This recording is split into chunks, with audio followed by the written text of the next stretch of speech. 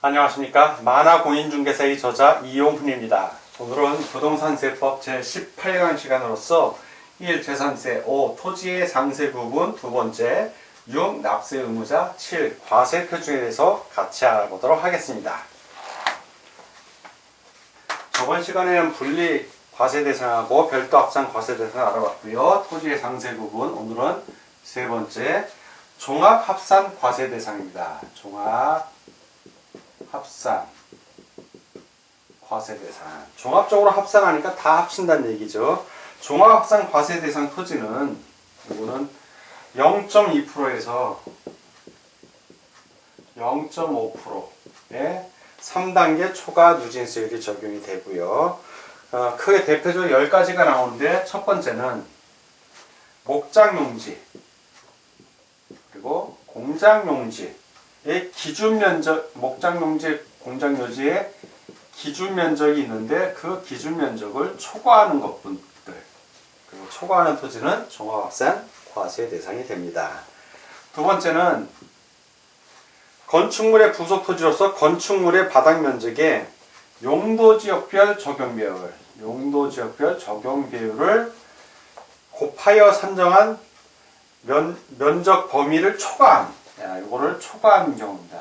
그 초과한 부분의 토지는 종합합산 과세 대상이 됩니다. 세 번째는 법인이 소유한 농지입니다. 자, 법인 소유한 농지. 분리 과세 대상에서 제외됩니다. 네 번째, 도시지역 중 주거지역, 그리고 상업지역, 공업지역 내, 이거에 내에 있는, 그 안에 있는 농지, 그리고 목장용지, 임야가 해당이 됩니다. 다섯 번째, 종합합산 과세 대상 토지 다섯 번째는 분리과세, 임야는 임야인데 분리과세에서 제외되는 것. 분리과세에서 제외되는 임야입니다. 자, 여섯 번째는 무허가 건물의 부속 토지입니다. 무허가 건물의 부속 토지. 자, 일곱 번째는 나대지. 건물이 없이 그냥 땅만 있는 거예요. 자, 여덟 번째는 잡종지입니다. 잡종지. 지목 결정할 때 결정하기 애매하면 잡종지로 둡니다. 자, 아홉 번째. 이거 시험 문제 잘 나오죠. 아홉 번째가 건축물의 시가 표준액이, 건축물에 있으면 이 건축물의 시가 표준액이 있습니다. 이 표준액이 해당 부속 토지의 시가 표준액의 2%에 미달하는 건축물의 부속 토지 중 그 건축물의 바닥 면적을 제외한 부속 토지는 종합합산 과세 대상이 됩니다. 자, 뭐냐면 건축물의 시가 표준액이 있고 그 건축물의 부속 토지가 있겠죠. 그 토지에 시가 표준액이 있습니다. 시가 표준액. 근데 이 시가 표준액에 2%를 곱해요. 0.02를 곱했는데 이 가격하고 이 가격을 비교했는데 토지가 더 비싼 겁니다. 네, 건축물의 부속 토지가. 그러면 이런 경우에 건축물의 바닥 면적을 제외한 부속 토지는 종합합산 과세 대상이 됩니다. 예를 들면, 자, 건축물이 있어요. 자, 이 건축물이 있는데, 이 건축물이 있는데, 이게 시가 표준액이 1억입니다. 1억. 근데 건축물의 부속 토지가 100억이에요. 자, 이 부속 토지가 100억. 예를 드는 겁니다. 이 100억에 2%니까 곱하기 2%를 하면 요거의 가격은 2억이 되죠. 자, 1억하고 2억 비교했을 때 2억이 크죠. 그러면 요 건축물의 부속 토지를 뺀 나머지 땅을 얘기하겠죠. 나머지 땅. 그거에 대해서는 종합합산 과세 대상이 된다는 얘기입니다. 자, 열 번째. 분리과세 대상 토지가 있는데, 그거 분리과세 대상, 그리고 종합합산, 별도합산. 분리과세 대상, 별도합산 과세 대상. 요 토지들이 있는데, 이러한 토지를 제외한 모든 토지, 예, 분리도 아니고 별도 합산도 아닌 나머지 모든 토지는 다 종합합산 과세의 대상이 되는 겁니다. 자, 이렇게 토지의 상세 부분 세 번째 종합합산 과세 대상 토지에 대해서 같이 알아봤습니다. 자, 이번에는 토지분 재산세 시험에 자주 출제되는 비교 사항을 한번 보겠습니다. 자, 토지 먼저 농지입니다. 농지는 이제 도시지역에 있는 농지들이죠. 도시지역에 있는 농지 중은 둘로 구분을 해보면 개발제한구역 그리고 녹지지역, 이곳에 있는 것들은 분리과세 대상 토지가 됩니다. 그런데 주거지역, 상업지역, 공업지역 안에 있는 토지는 종합합산 과세 대상이 됩니다. 자, 두 번째 목장용지입니다. 목장용지. 자, 목장용지는 기준면적이 기준이 됩니다. 자, 기준면적이 있고, 자, 이 기준면적을 중심으로 그 범위 이내에 있는 거하고 초과하는 게 있어요. 자, 초과. 그러면 이내에 있는 것들은 분리 과세 대상이 됩니다. 근데 초과하는 것들은 종합합산 과세 대상이 됩니다. 다음은 이제 공장용지입니다. 공장용지. 자, 공장용지는 공장 입지 기준 면적이 있어요. 역시 공장 입지 기준 면적이 있고, 그 기준 면적을 중심으로 이내에 있는 것은 분리과세 대상, 초과하는 것은 종합합산 과세 대상. 똑같습니다. 위하고 내용은. 자, 이제 건축물의 구속토지입니다. 자, 건축물의 구속토지. 자, 건축물의 구속토지는 적용 배율 산정 범위가 있어요. 적용 배율 산정 범위. 요것이 기준이 돼 갖고 역시 이내하고 초과로 나뉘는데, 이내에 있는 것은 별도 합산 과세 대상. 자, 요 이내에 있는 거는 별도. 그리고 초과하는 거는, 초과는 무조건 종합입니다. 종합. 자, 마지막으로 철거. 멸실된 건축물 또는 주택의 토지입니다. 자, 이 경우에는 6개월이 기준이에요. 철거 멸실된 날부터 6개월 기준으로 하고, 자, 6개월 이내에 있으면 별도 합산 과세 대상이 되고요. 초과하는 거는 무조건 다 종합입니다. 종합합산 과세 대상이 됩니다. 이렇게 시험 문제 잘 나오는 거 5가지 경우로 분리해놔서 정리를 해놨으니 우리 교재에 있습니다. 여러분들 꼭 암기하시기 바랍니다. 자, 이번에는 납세 의무자, 재산세 납세 의무자에 대해서 같이 알아보도록 하겠습니다. 자, 납세 의무자는 원칙적인 납세 의무자하고 예외적 납세 의무자 둘로 나뉩니다. 자, 납세 의무자 첫째, 원칙적인 납세 의무자. 두 번째는 예외적인 납세 의무자. 이렇게 둘로 나뉩니다. 첫째, 원칙적인 납세 의무자는 사실상의 소유자입니다. 이거는 사실상의 소유자. 자, 사실상의 소유자.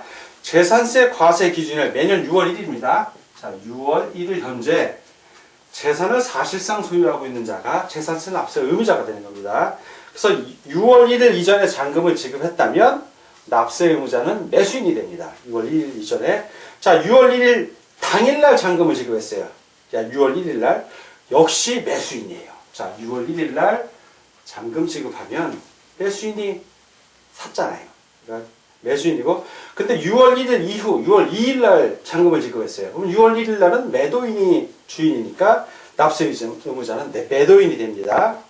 자, 그리고 그 외에 이제 5월 31일 이전에 미준공 건물에 입주를 했어요. 자, 아직 그 5월 31일 이전 미준공 건물에 입주를 했을 때 납세 의무자는 건축주가 됩니다. 예, 준공이 아직 안 됐으니까. 그리고 잔금 지급 전에 분양 아파트에 입주를 했습니다. 잔금 아직 지급 안 했어요. 그러면 납세 의무자는 역시 건축주가 됩니다. 자, 두 번째, 그 공유재산은 그 지분권자, 예, 공유재산에게는 지분권자가 납세 의무자가 됩니다. 다만 지분 표시가 없는 경우에는 지분이 균등한 것으로 보고 납세 의무자가 되는 겁니다. 주택의 건물과 부속 토지의 소유자가 다를 경우는 어떻게 할 것인가? 자, 이 경우는 그 주택에 대한 산출세액을 주택의 건축물과 부속 토지의 시가 표준의 비율로 나눠서 안분 계산한다고 해서 골고루 나눠서 계산한 부분에 대해서는 각각 그 소유자를 납세 의무자로 봅니다. 자, 이번에는 납세 의무자의 두 번째 예외적 납세 의무자를 알아보겠습니다. 예외적 납세 의무자. 자, 예외적 납세 의무자. 사실상 소유자를 알 수 없는 경우 재산세 과세 기준이 현재 다음에 해당하는 자는 재산세를 납부할 의무가 있다. 자, 원칙은 사실상 소유자지만 사실상 소유자를 알 수 없으니까 예외적 납세 의무자가 발생합니다. 9경우가 있는데 하나씩 보겠습니다. 첫 번째, 바로 공부상 소유자입니다. 공부상 소유자. 공부상의 소유자가 매매 등의 사유로 소유권의 변동이 있었음에도 이를 신고하지 아니하여 사실상의 소유자를 알 수 없는 때에는 공부상 소유자를 납세 의무자로 합니다. 두 번째, 주된 상속자입니다. 주된 상속자. 그 상속이 개시된 재산으로서 상속 등기가 이행되지 아니하고 사실상의 소유자를 신고하지 아니한 때에는 주된 상속자가 됩니다. 자, 주된 상속자 결정은 첫 번째, 민법상 상속 지분이 가장 높은 자로 하되 상속 지분이 가장 높은 자가 2인 이사일 경우에는 그중 나이가 많은 사람으로 합니다. 자, 세 번째, 종중재산의, 자, 종중재산입니다. 종중재산의 공부상 소유자. 공부상의 개인 등의 명의로 등재되어 있는 사실상의 종중재산으로서 종중소유임을 신고하지 아니한 때는 종중재산의 공부상 소유자가 납세 의무자가 됩니다. 자, 네 번째는 매수계약자입니다. 매수계약자. 국가, 지방자치단체, 지방자치단체 조합과 재산세 과세 대상 재산을 연부로 매매계약을 체결하고 그 재산의 사용권을 무상으로 부여받은 경우에는 그 매수계약자가 납세 의무자가 됩니다. 다섯 번째는 위탁자입니다. 위탁자. 신탁법에 따른 수탁자의 명의로 등기 등록된 신탁재산의 경우에는 그 위탁자가 납세 의무자가 됩니다. 자, 여섯 번째는 사업시행자입니다. 사업시행자. 도시개발법에 따라 시행하는 환지 방식에 의한 도시개발사업 및 도시 및 주거환경정비법에 따른 정비사업. 이 경우 정비사업은 재개발사업만 해당합니다. 정비사업의 시행에 따른 환지계획에서 일정한 토지를 환지로 정하지 아니하고 채비지, 자, 이 경우는 채비지 또는 보류지, 채비지 또는 보류지로 정한 경우에는 사업시행자가 납세 의무자가 됩니다. 일곱 번째, 수입하는 자입니다. 수입. 자, 외국인 소유의 항공기 또는 선박을 임차하여 수입하는 경우에는 그 수입하는 자가 납세 의무자가 됩니다. 여덟 번째는 사용자입니다. 사용자. 재산세 과세의 기준일 현재 소유권의 기속이 분명하지 아니하여 사실상의 소유자를 확인할 수 없는 경우에는 그 사용자가 됩니다. 사용자. 아홉 번째, 파산재단의 재산. 자, 파산재단의 재산의 경우는 공부상 소유자. 파산 선고 이후 파산 종결의 결정까지 파산재단에 속하는 재산의 경우 공부상 소유자가 재산세 납세 의무자가 됩니다. 자, 이렇게 예외적 납세 의무자에 대해서 같이 알아봤습니다. 자, 이번에는 과세 표준에 대해서 알아보도록 하겠습니다.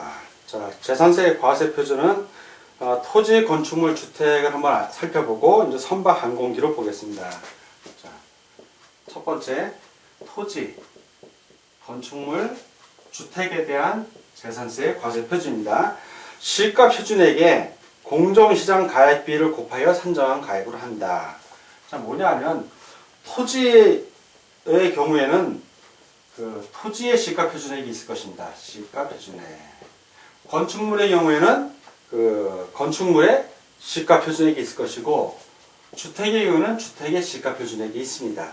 그 시가 표준액에다 뭘 한다? 공정시장 가액 비율. 자, 요거를 곱해서 나온 금액을 갖고 과세 표준으로 정합니다.